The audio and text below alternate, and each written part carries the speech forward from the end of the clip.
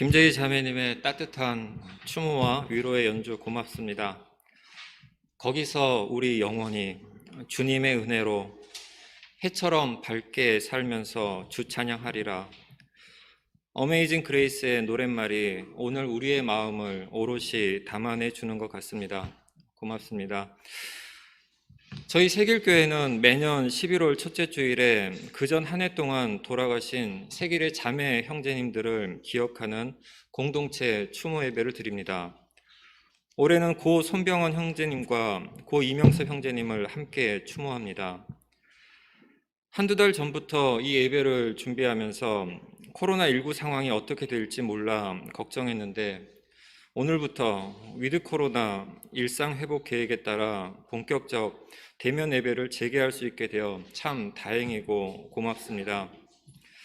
덕분에 명종욱 자매님, 신동남 자매님을 비롯해 고 손병헌, 이명섭 형제님의 가족도 함께 하실 수 있어 우리 마음이 더 따뜻해지는 것 같습니다. 오늘의 말씀 나눔은 공동체 추모 주일답게 공동체 여러 자매 형제님들과 함께 준비했습니다. 두 형제님과 신앙과 삶을 함께 했던 몇 분에게 추모의 글을 부탁드렸습니다. 편지 쓰듯 정담 나누듯 적어 보내주신 그리움과 감사와 사랑의 이야기를 함께 들어보겠습니다.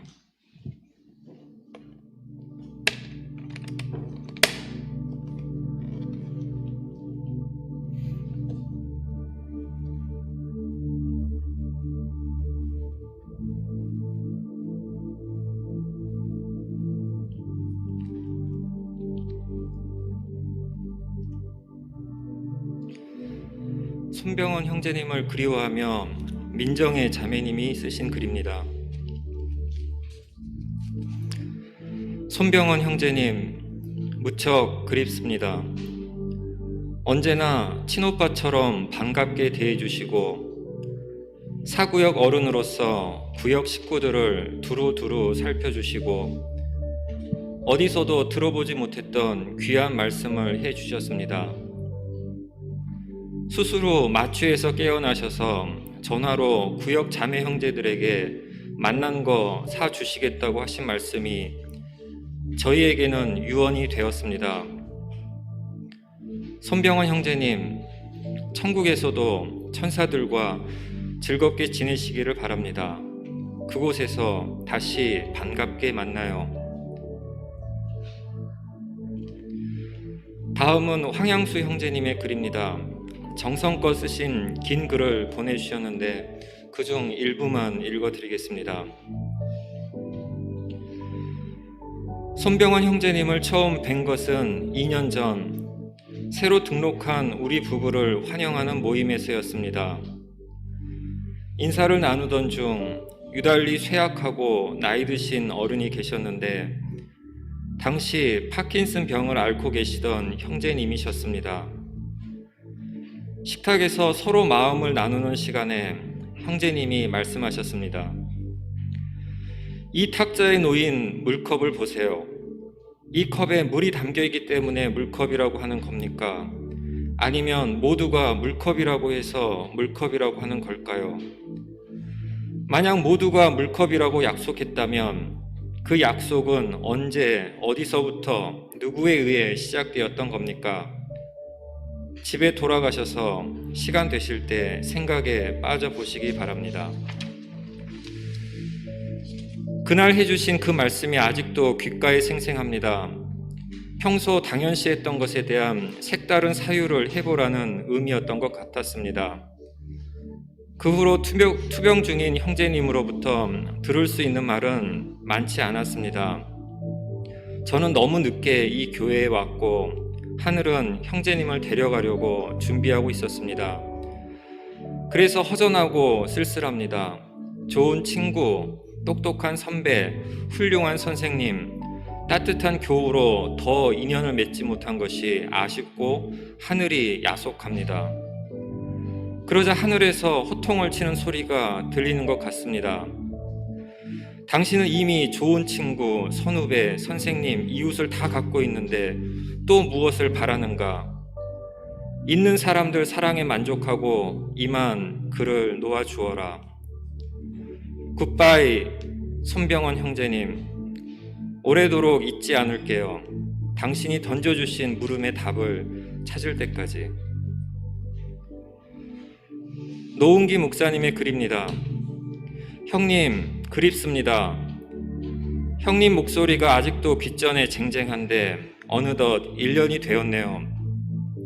함께 산행도 하고 바다도 거닐면서 아우야 부르시던 형님 음성을 지금도 듣습니다. 그 음성 다시 새기며 은혜를 기억하며 형님 모습을 그려봅니다.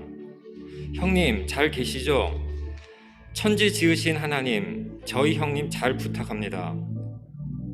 영원한 생명을 통하여 부활의 아침을 맞이할 수 있게 해 주옵소서. 조봉기 형제님의 기도문입니다. 형제님이 이 세상에 잠시 소풍 왔다 가신 후 아직도 형제님의 향기가 우리 곁에 가득합니다. 특히 세길 사구역에 많은 정을 주셨습니다. 가시던 날도 나가서 사구역 식구들과 식사하자고 약속하셨는데 무엇이 급해 약속을 지키지 않으셨나요? 형제님은 고고학의 불모지에서 한국 고고학의 기초를 만드셨습니다. 고대 수메르어에도 통달하셔서 수메르 신화가 구약의 창세기에 영향을 주었다고 말씀해 주신 것이 기억납니다. 불교에 대해서도 많은 것을 알려주셨고요. 세길 공동체의 첫 세례자이셨던 형제님은 영원히 세길인으로 남아 계실 겁니다. 명정옥 자매님과 가족에게 하나님의 위로와 가호가 함께 하시기를 기도합니다. 추웅식 형제님의 정겨운 추억의 글입니다. 손병원 형제님과는 오랫동안 교회 생활을 함께 했지만 대화는 별로 하지 않았습니다. 그런데 대화를 하지 않아도 어색한 느낌이 별로 없었습니다. 명정옥 자매님은 반대입니다. 마치 명정옥 자매님은 교회 안을 담당하는 텍스트 같고 손병원 형제님은 교회 밖을 담당하는 컨텍스트 같은 느낌입니다. 의례적 표현을 잘 안 하시고 교회에서도 신앙에 관한 자기 견해를 말씀하시는 것을 들은 적이 없습니다. 가끔 이게 맞아 같은 짧은 말씀을 하셨는데 굉장히 힘이 있는 것을 느꼈습니다. 성균관대 신방과 잠시 다닐 때 형제님을 교정에서 몇 번 만났는데 그냥 마음 좋은 동네 아저씨 같았습니다. 다음은 이명섭 형제님을 추억하며 보내주신 글들입니다. 먼저 이창엽 형제님의 추억입니다. 약 20년 전 30대였던 저와 아내는 세길교회에 처음 와서 비슷한 시기에 세길에 온 교우들과 이런저런 모임을 꾸리며 활발히 교제했습니다. 그때 이명섭 형제님은 넉넉한 미소를 띤 얼굴로 다가오셔서 신참자들을 마음으로부터 사랑하고 격려해 주셨습니다. 그런데 얼마 안 되어 안타깝게도 형제님은 갑자기 건강이 악화되어 깊은 사귐을 더 이어갈 수 없었습니다. 많이 만나지는 못했지만 형제님이 나누어 주셨던 넉넉한 품을 가끔 떠올리게 됩니다. 형제님 덕분에 세길에 정을 붙일 수 있었습니다. 세길에 있으면 늘 형제님이 함께 계신 듯합니다. 조봉기 형제님의 간결하지만 많은 것을 말해주는 글입니다. 이명섭 형제는 세길을 매우 사랑했습니다. 남성교회 모임을 만들어 매주 성경 공부를 함께 했던 기억이 납니다. 사고가 난 그날도 남성교회 모임에 오시던 길이었지요. 형제님은 은행나무골 아이들을 사랑한 따뜻한 세길인이었습니다. 추웅식 형제님의 회고입니다. 이명섭 형제님은 생활 속에서 신앙을 보여주신 분입니다. 교회 생활에서는 누구에게나 항상 웃는 얼굴로 따뜻하게 대해 주셨습니다. 그리스도인의 삶의 태도를 가르쳐 주시는 선생님으로 느꼈습니다. 교회에 일이 생기면 먼저 나서서 하셨습니다. 쓰러지신 날도 교회 모임 가시던 중이었죠. 교회 밖으로는 가정이 해체되어 오갈 데 없는 아이들과 따로 영화도 보고 상담도 해 주셨습니다. 기계에 관심을 가지고 있는 아이를 따로 만나 도움되는 책을 구해주기도 하셨지요. 가까운 사람이 그 사람을 가장 잘 아는 법인데 가족들도 선생님의 이런 따뜻한 면을 그대로 느꼈다고 했습니다. 한 형제처럼 가까우셨던 이상화 형제님의 추억입니다. 한 번은 어려움을 겪고 있던 어느 형제가 걱정되어 이명섭 형제와 함께 그의 집을 찾아갔습니다. 그 형제는 없고 그와 함께 지내던 동료만 있었는데 형제의 행방을 물으니 따라오라 해서 집을 나섰습니다. 그날은 무척 추운 겨울날이었는데 우리는 그 사람을 따라 그 동네를 몇 시간 동안 헤매 다녔습니다. 그 사람이 정신적으로 불안정하다는 것을 깨달은 것은 한참 시간이 흐른 후였습니다. 우리는 그 사람을 다시 집에 데려다 주었는데 이명섭 형제는 온화한 얼굴로 그를 다독여 주었습니다. 이명섭 형제의 따뜻한 얼굴이 생각납니다. 김보식 형제님 글입니다. 이명섭 선생님을 생각하면 봄 햇살이 떠오릅니다.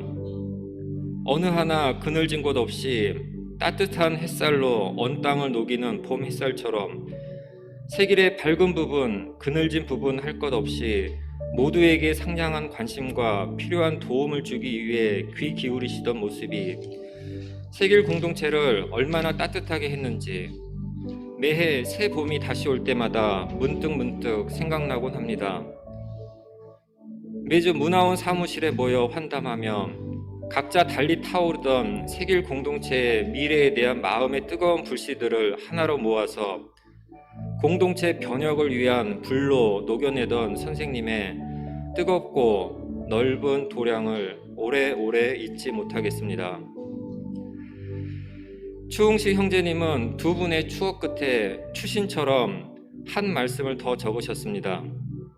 손병원 형제님과 이명섭 형제님 두 분의 공통점, 소탈하고 마음씨 좋은 동네 아저씨 같음.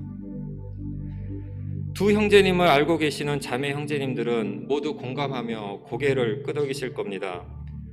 그리고 동네 아저씨 같던 두 분과의 크고 작은 에피소드들을 미소와 함께 떠올리실 겁니다. 오늘 예배에서는 몇 분의 이야기만 나눴지만 예배 후에 우리의 삶 속에서 더 많은 추억과 추모의 이야기꽃이 피어나기를 바랍니다.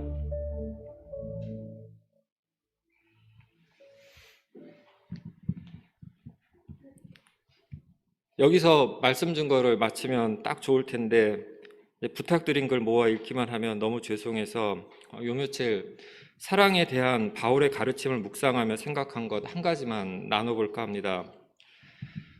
사랑은 모든 것을 덮어주며 모든 것을 믿으며 모든 것을 바라며 모든 것을 견딥니다. 사랑은 없어지지 않습니다. 그러나 애원도 사라지고 방언도 그치고 지식도 사라집니다. 애원도 사라지고 방언도 그치고 지식도 사라지는데 왜 사랑만은 없어지지 않는다는 것일까요? 바울의 이 가르침은 종말론적 신앙의 지평에서 볼 때 더 잘 이해할 수 있습니다. 그리스도인은 역사 속에서 하나님 나라가 완성될 것을 믿고 바랍니다. 그 완성의 때, 종말의 때에 애언이 사라지는 이유는 정의, 평화, 생명을 열망하는 애언자적 선포와 비전이 눈앞에서 현실로 이루어지기 때문입니다. 하나님 나라가 나타나기에 애언은 사라지게 되는 것입니다. 방언과 지식도 마찬가지입니다. 모든 생명이 하나님과 연합하여 하나님 안에 있게 될 때는 말 없이도 소통할 수 있을 것이기에 방언이 필요 없게 됩니다. 또 그날에는 모든 것을 분명하게 알고 보고 느끼며 체험할 수 있을 것이기에 지식도 사라지게 됩니다. 바울이 오늘 읽은 말씀의 바로 뒤에서 우리는 부분적으로 알고 부분적으로 애원합니다. 온전한 것이 올 때에는 부분적인 것은 사라집니다. 라고 한 것도 그런 뜻입니다. 하지만 사랑은 사라지지도 그치지도 않습니다. 그것은 종말의 때, 완성의 때에도 우리가 하나님과 맺을 관계는 여전히 그리고 영원히 사랑이기 때문입니다. 이렇게 종말의 때에 펼쳐질 신적 사랑의 대하 드라마를 상상하면 오늘 우리가 경험하는 인간적 사랑은 사소한 단막극처럼 보일지도 모릅니다. 하지만 정말 그럴까요? 하나님의 사랑이 신비한 만큼 인간의 사랑도 신비합니다. 생존 본능, 약육 강식, 적자 생존의 자연사에서 어느 순간 인간이 자기를 초월하고 희생하는 사랑을 배우고 행하게 되었다는 것은 필연이 아니라 우연에 더 가까운 신비입니다. 그 사실이 너무도 신비해서 그리스도인은 인간의 사랑이 하나님의 사랑에서 기원한다고 믿습니다. 그래서 요한 1서의 저자는 우리가 사랑하는 것은 하나님이 우리를 먼저 사랑하셨기 때문입니다. 라고 고백합니다. 인간의 사랑과 하나님의 사랑은 신비 가운데 하나로 이어져 있습니다. 우리가 서로를 사랑하는 것과 하나님을 사랑하는 것은 분리할 수 없는 것입니다. 그렇기에 인간적 사랑, 인간의 사랑이 중요합니다. 그것은 인간의 사랑을 체험해야 하나님의 사랑을 믿고 바라고 체험할 수 있기 때문입니다. 예를 들면 우리가 하나님은 어머니처럼 우리를 사랑하신다라고 고백할 수 있는 것은 우리가 무조건적이고 자기희생적인 어머니의 인간적 사랑을 체험하여 알기 때문에 가능합니다. 요한 1서의 저자는 다시 사랑하지 않는 사람은 하나님을 알지 못합니다 라고 했는데 이 말씀을 긍정적 표현으로 바꿔보면 사랑하는 사람은 하나님을 압니다가 될 것입니다. 인간의 사랑은 하나님의 사랑을 향한 창문과 같습니다. 인간의 사랑이라는 창문을 통해 우리는 하나님의 사랑을 보게 됩니다.